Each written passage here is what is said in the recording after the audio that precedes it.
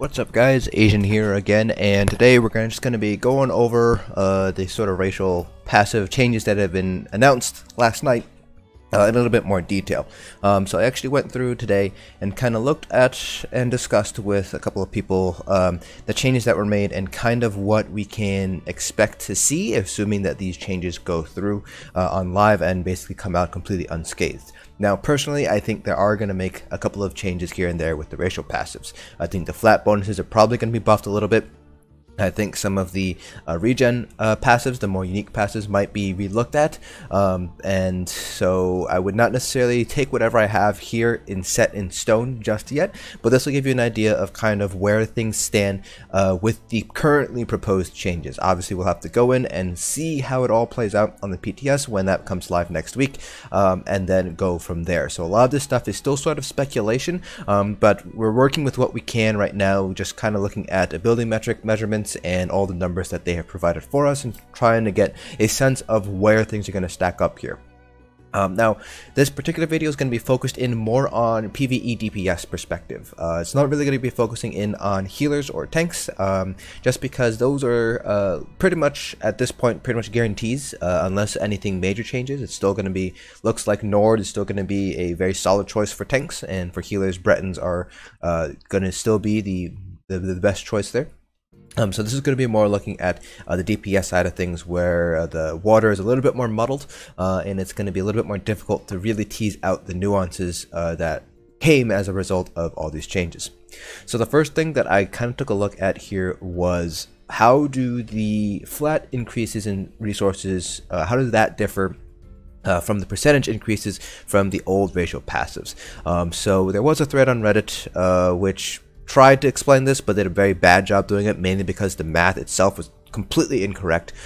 So I went ahead here in R and kind of took a look at 3 different scenarios here to kind of give you guys an idea of how these flat increases in your resource pool as opposed to the percentage increases affects your overall bottom line here. So for those of you guys who are not aware, the basic formulation for resources for Magicka and Stamina is as follows. So actually, let me hop over to the Reddit thing. Okay, so here. So this is basically pulled straight from the OSP's build editor.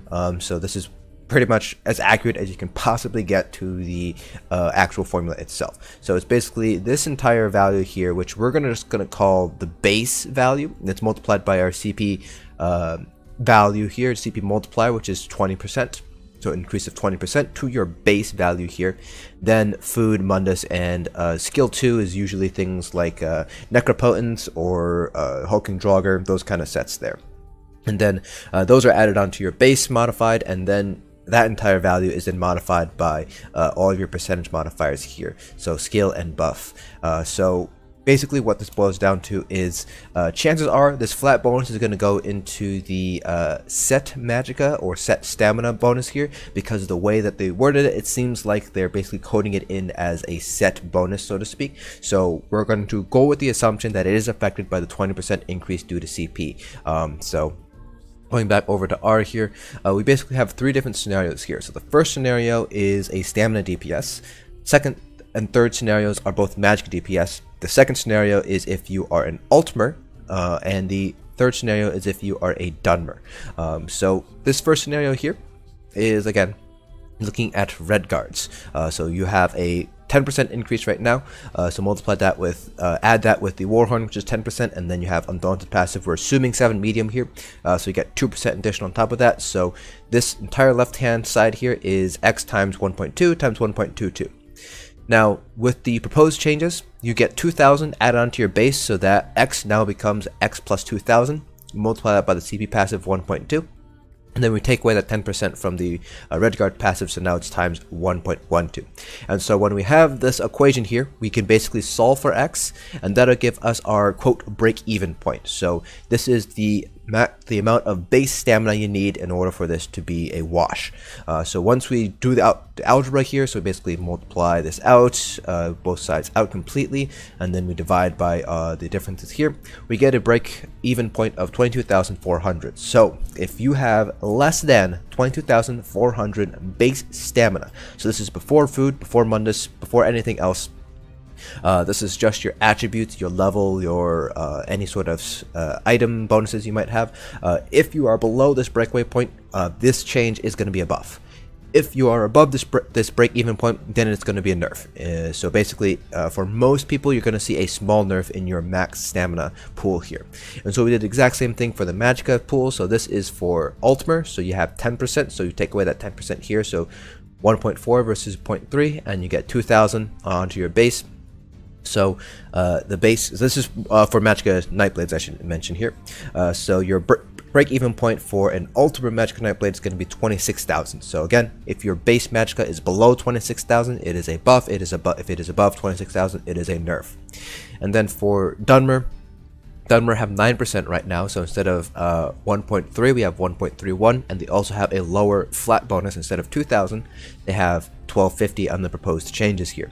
So this results in a significantly lower break-even point. So if your Magicka is less than 18,194, it is a buff. If it is greater, then it is a nerf. So generally speaking, Altmer Magicka DPS, you're probably going to end up seeing a wash, just because that's a fairly high base Magicka pool. Stamina DPS, particularly if you're a Redguard, you are going to see most likely going to be a small nerf here. If you're a Bosmer, then you'll probably see a buff. And then for Dunmer, the Dark Elves, your max resource pool is going to definitely see a much larger nerf compared to if you were a Breton or an Altmer prior to these changes. So Dunmer, in terms of your max resource pool, you do see a fairly significant nerf. I wouldn't say it's large, but it is noticeable, the amount of resource decrease that you're going to have in your max resource pool. So this is just looking at your resource pool. So this doesn't paint the entire picture, because obviously the racial passives that are changes that were proposed include more than just changing out the percentage increase in max resources for flat resources. They also include things like increasing spell damage and weapon damage instead. So for that, we turn to our handy dandy calculator instead. So I have updated this calculator. Link is down in the description below for those of you guys who want to play around with this yourselves. You can still use this as if the racial passive changes haven't happened, but I did include a new place here, race, for the racial changes passive, so you can just pick your race from the drop down and it'll automatically update depending on if you're on the Magicka side or the stamina side. So Redguard, for instance, will see nothing at all for max Magicka and spell damage, but if you were to change it to Altmer, it will automatically update to include that 2000 Magicka and that 258 spell damage that are in the proposed changes. Now, again, we are assuming that this Magicka is going into the base pool. That is, it is going to be affected by CP. We'll have to wait until the PTS comes out to verify this, but there is no reason to assume that it will not be affected by CP. Spell damage, weapon damage, it's a lot more straightforward because it's just pool times your modifier, so there is pretty much no guesswork here. It's just going to go straight into your total spell damage or weapon damage pool itself. So here we're going to take a look at 3 different racial races. Pretty much we're going to be looking at the 3 races that most people think are going to be competitive for that top DPS spots, or were competitive prior to these changes going into effect.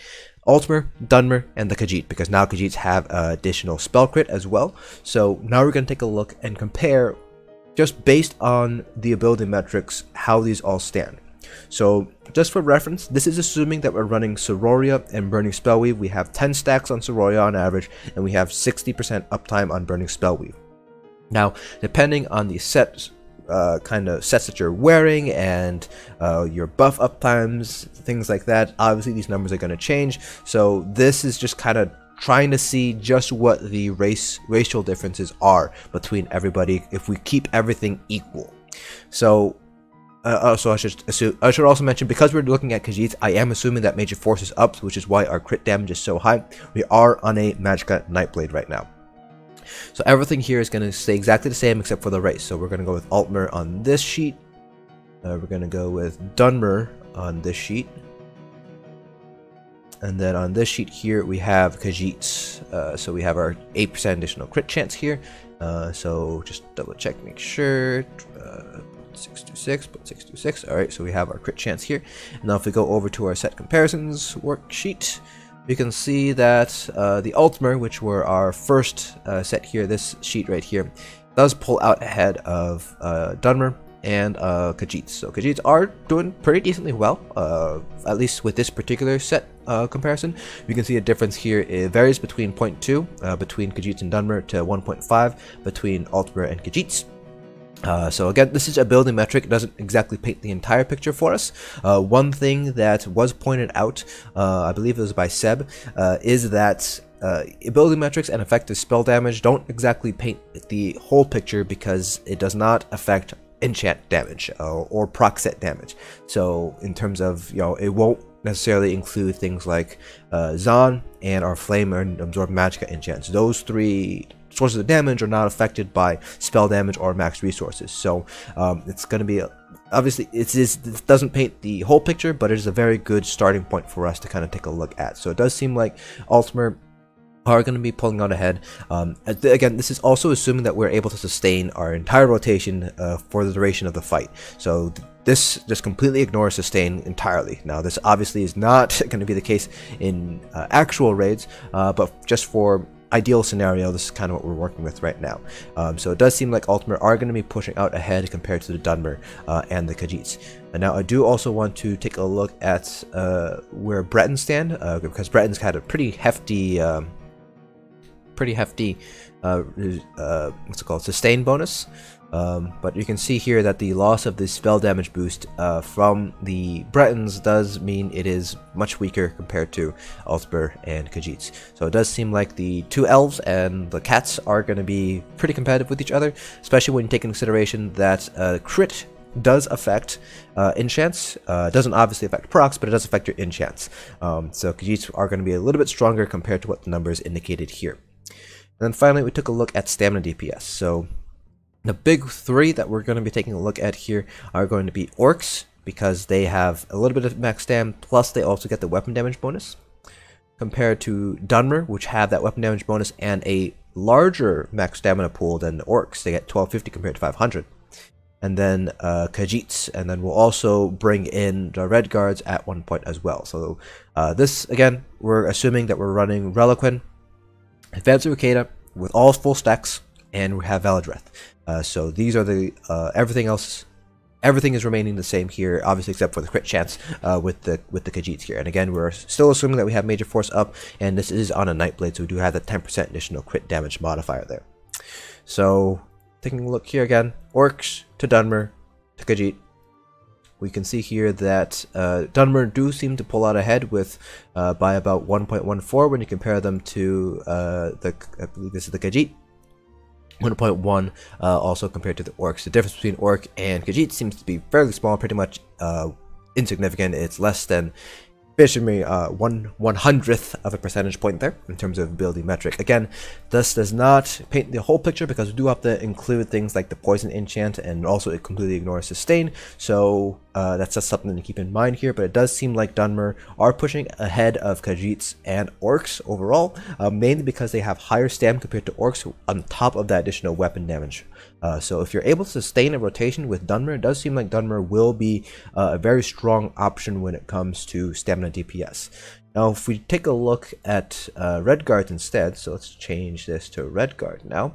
Redguards, and also take away the additional crit chance. Redguards only get that additional stamina, so they don't get any weapon damage, they don't get additional crit chance or anything like that. They do have a much better sustain overall, but we can see here that they fall pretty short compared to our kind of top end here, which is the Dunmer. So even if you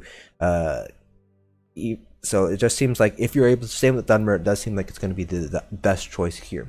Now, another thing that I do want to take a look at here is going to be Bosmer compared to Redguard, because if you actually do the math, Bosmer, their additional regen bonus, does actually beat out the Redguard bonus as well. So let's see, where's Bosmer and Bosmer.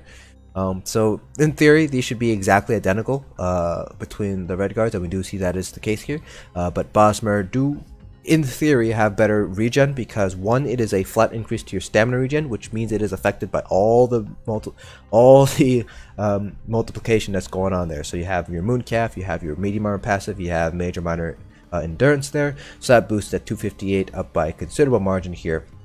Plus, you don't have to necessarily worry about dealing direct damage, it is always active. So if I had to choose between Bosmer and Redguard, I would actually probably go with Bosmer now instead of Redguard if I'm having trouble sustaining. That being said though, just based on these ability metric scores, it does seem like Dark Elves are going to be pulling ahead if you're able to sustain a full rotation using Dark Elves here. Now, one thing I do also want to mention here with Redguard is this does not include the sustain does not take into account the 8% reduction in weapon skills.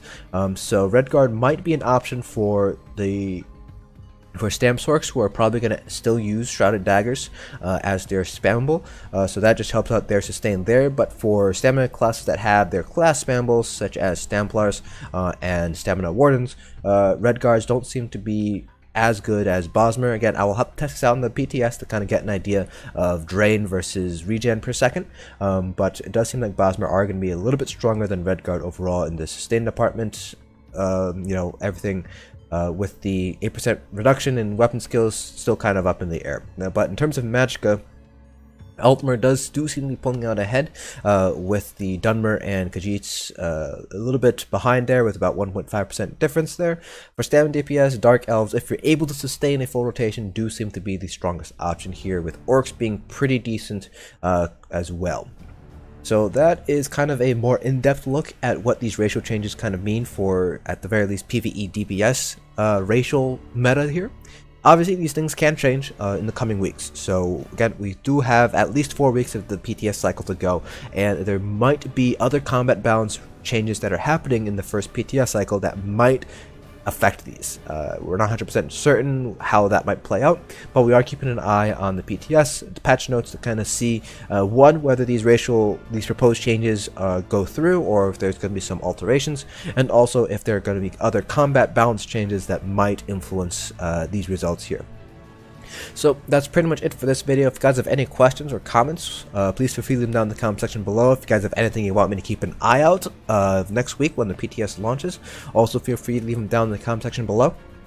Hopefully you guys found this video informative, and I'll see you guys in the next dungeon.